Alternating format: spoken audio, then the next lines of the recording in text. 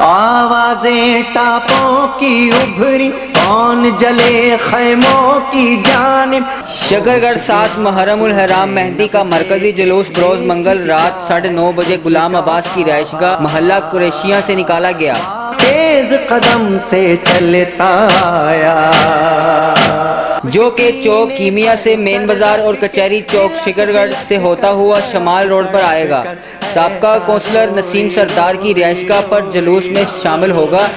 جلوس میں آنے والے افراد کے لیے کھانے کا انتظام کیا گیا ہے اور کھانے کے بعد دوبارہ جلوس غلام عباس کی رہائش گاہ محلہ قریشیاں پر اختتام پذیر ہوگا۔